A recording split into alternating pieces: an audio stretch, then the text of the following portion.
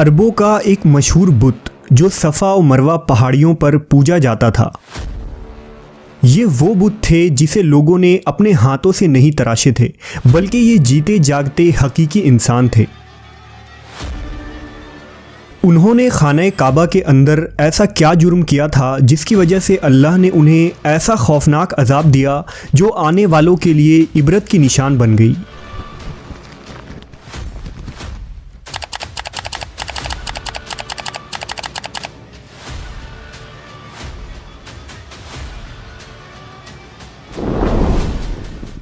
जब से खाना काबा तामीर हुआ तब से लेकर अब तक जिसने भी बैतुल्लाह की बेहुरमती की या बेहुरमती करने की कोशिश की तो अल्लाह ने उनका वो हशर किया कि रहती दुनिया तक इबरत का निशान बनकर रह गए, फिर चाहे वो दुनिया का ताकतवर बादशाह अब्रहा और उसके हाथियों का लश्कर ही क्यों ना हो।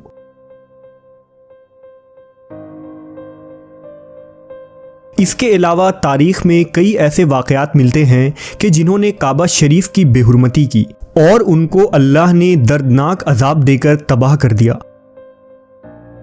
इसकी एक मिसाल इसाफ व नाइला है। इसाफ बिन याला और नाइला बिनते ज़ैद दरअसल कबीला बनी जुरहुम के एक मर्द व ज़न थे। नाइला एक खूबसूरत और हसीन लड़की थी जो अपने कबीला में यमन के किसी इलाके में रहा करती थी।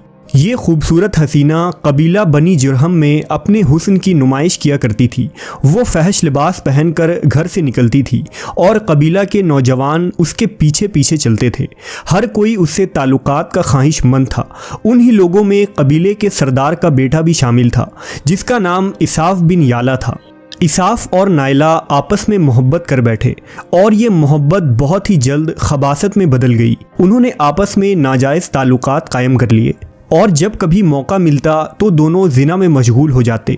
इस तरह ये सिलसिला यूं ही चलता रहा। जब उनके घर वालों को इसका इल्म हुआ तो वो उनके खिलाफ हो गए, जिस वजह से उनके मिलने पर पाबंदी लगा दी गई। एक दफ़ा का वाक़या है कि बनी जुरहम का एक काफ़िला हज करने के लिए मक्का के लिए रवाना हुआ तो ये दोनों भी उस काफ़िले के साथ हज के लिए चल दिए।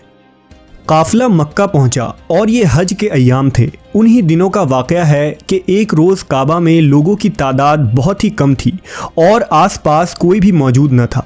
लिहाजा शैतान ने उनके दिलों में वसवसा डालना शुरू कर दिया।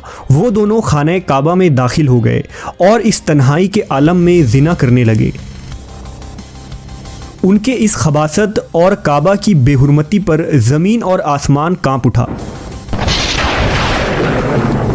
समुंदर की मौजें जोश मारने लगी और अल्लाह की तरफ से अजाब नाजिल हो गया। हुआ यूं कि जब वो खाना काबा के अंदर बदफेली कर रहे थे तो उसी वक्त उनकी रूहें कब्ज़ कर ली गईं और उनके गोश्त पोश्त के जिस्म पत्थर के बनते चले गए।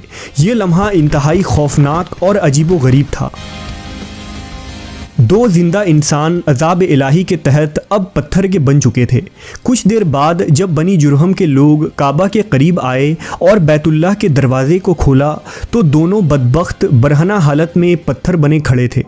वो ये समझ गए कि ये खबीस अल्लाह की मुक़द्दस घर में किस जुर्म का इर्तिकाब कर रहे थे। लोगों ने दोनों के मुजस्समों को उठाया और बाहर लाकर ज़मीन में गाड़ कर उन्हें खड़ा कर दिया ताकि ये लोगों के लिए इबरत का निशान बना रहे।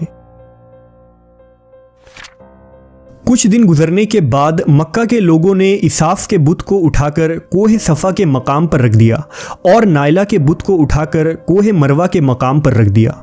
सफ़ा और मरवा दरअसल दो पहाड़ी हैं जो हरम में काबा के बिल्कुल करीब ही हैं। उन्हीं दो पहाड़ियों पर चढ़कर और चक्कर लगाकर बीबी हाजरा अलैहिस्सलाम ने उस वक्त पानी की तलाश की थी जब हज़रत इस्माईल अलैहिस्सलाम शेर खार बच्चे थे और प्यास की शिद्दत से बेकरार हो गए थे।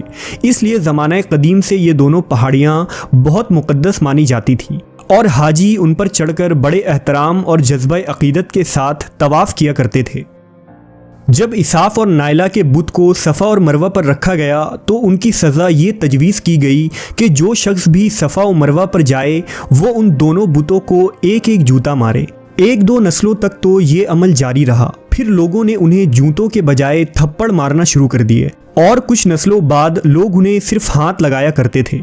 इस तरह वक्त गुजरने के साथ लोगों ने उनसे इबरत हासिल करना कम और उनकी ताज़ीम ज़्यादा करने लगे। यहाँ तक कि एक वक्त ऐसा आया कि अरबों ने जाहिलियत की बिना पर उनको मोहब्बत की अलामत करार देना शुरू कर दिया और कबीलों में उन दोनों के इश्क की दास्तानों को फ़ख्र से बयान किया जाने लगा। आहिस्ता आहिस्ता ये मोहब्बत के देवी और देवता करार पाए। 5वीं सदी तक इसाफ और नाइला के उस बुत को अरबों के बड़े बुतों में शुमार किया जाता था, जिनके आगे लोग सजदा किया करते थे और कुर्बानी भी चढ़ाते थे। हज़रत ज़ैद बिन हारिस रज़ी अल्लाह ताला अन्हु बयान करते हैं कि ज़मानाए जाहिलियत में जब मुशरिकीन मक्का बैतुल्लाह का तवाफ़ करते थे तो इसाफ व नाइला के उस बुत को छूते थे। मैं एक दफ़ा रसूल अल्लाह सल्लल्लाहु अलैहि वसल्लम के साथ बैतुल्लाह का तवाफ़ कर रहा था, लिहाजा जब मैं उन बुतों के पास से गुज़रा तो उनको छुआ। इस पर आप सल्लल्लाहु अलैहि वसल्लम ने मुझको उन बुतों को छूने से मना किया। मैंने अपने दिल में कहा कि देखूं तो सही कि छूने से होता क्या है, इसलिए दोबारा उनको छुआ। आप सल्लल्लाहु अलैहि वसल्लम ने दोबारा ज़रा सख्ती से मना करते हुए फरमाया, क्या तुमको मना नहीं किया था? हज़रत ज़ैद फरमाते हैं कि अल्लाह की कसम, उसके बाद कभी किसी बुत को मैंने हाथ नहीं लगाया और मैं कसम खाकर कहता हूँ कि नबी सल्लल्लाहु अलैहि वसल्लम ने कभी भी किसी बुत को नहीं छुआ था, यहाँ तक कि अल्लाह ने आपको नबूवत अता फरमा दी और आप पर वही नाजिल होने लगी। एक दिन रुश्द हिदायत का एक सूरज तुलू हुआ जिससे ये पूरा खत्ता जगमगा उठा। हुजूर पाक सल्लल्लाहु अलैहि वसल्लम नबूवत के ओहदे पर फायज़ हुए। आप सल्लल्लाहु अलैहि वसल्लम ने दावत व तबलीग का काम शुरू किया। 10 हिजरी में जब अल्लाह ने अरब में दीन इस्लाम को गालिब किया और मोहम्मद सल्लल्लाहु अलैहि वसल्लम ने मक्का फ़तह किया तो आप फ़तह के बाद हरम शरीफ में दाखिल हुए और आपने अपने भाई हज़रत अली के साथ मिलकर तमाम छोटे बड़े बुतों को तोड़ डाला। आप बुत तोड़ते जाते और ये फरमाते जाते कि हक़ आ गया और बातिल मिट गया। बेशक बातिल ने मिट जाना ही था। यहाँ तक कि खाना काबा तमाम बुतों से पाक हो गया। फिर आप सफ़ा और मरवा पर तशरीफ़ ले गए और इसाफ व नाइला के उस बुत को अपने मुक़द्दस हाथों से तोड़ डाले।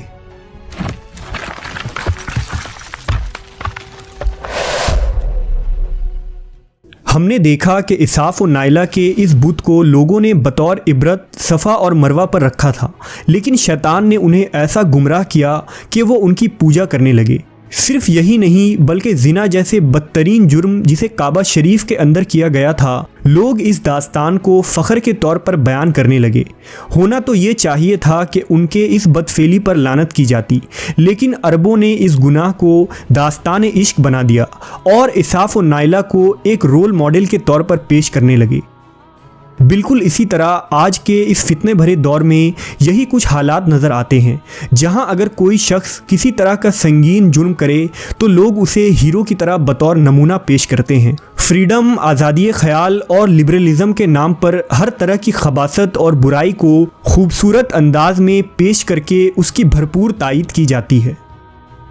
अल्लाह रब्बुल इज़्ज़त से दुआ है कि अल्लाह हमें हर किस्म की बुराइयों और फितनों से महफूज रखे और शैतान लईन के वसवसों और चालों से हिफाजत फरमाए।